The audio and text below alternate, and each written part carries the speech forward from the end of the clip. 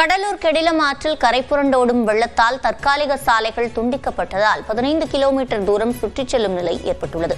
விவரங்களை செய்தியாளர் பிரேமிடம் கேட்கலாம். பிரேம், இதனால் எவ்வளவு பேர் பாதிக்கப்பட்டிருக்கின்றனர்?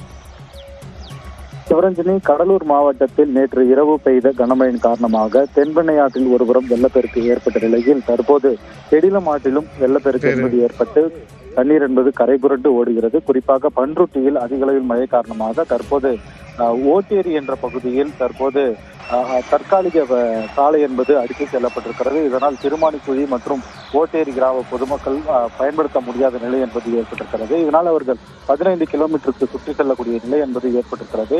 இவர்கள் இந்த பிரதானமாக இந்த ஓட்டேரி பகுதிக்கு செல்லக்கூடிய இந்த ஆற்றை கடந்துதான் திருமானிக்குழி பகுதி செல்வார்கள். தற்போது இந்த கெடிலம் ஆற்றில் ஏற்பட்டிருக்கூடிய வெள்ளப்பெருக்கு காரணமாக தற்காலிக சாலை என்பது அடித்துச் செல்லப்பட்டதால் முற்றிலுமாக போக்குவரத்து என்பது துண்டிக்கப்பட்டிருக்கிறது.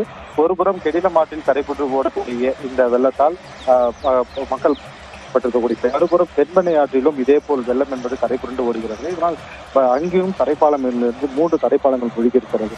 கெடிலம் மற்றும் தென்பெண்ணை ஆற்றுகளில் வெள்ளப்பெருக்கு ஏற்பட்ட காரணமாக பல்வேறு கிராம மக்கள் சாலை என்பது துண்டிக்கப்பட்டதால் மக்கள் கடுமையாக பாதிக்கப்பட்டிருக்கிறார்கள்.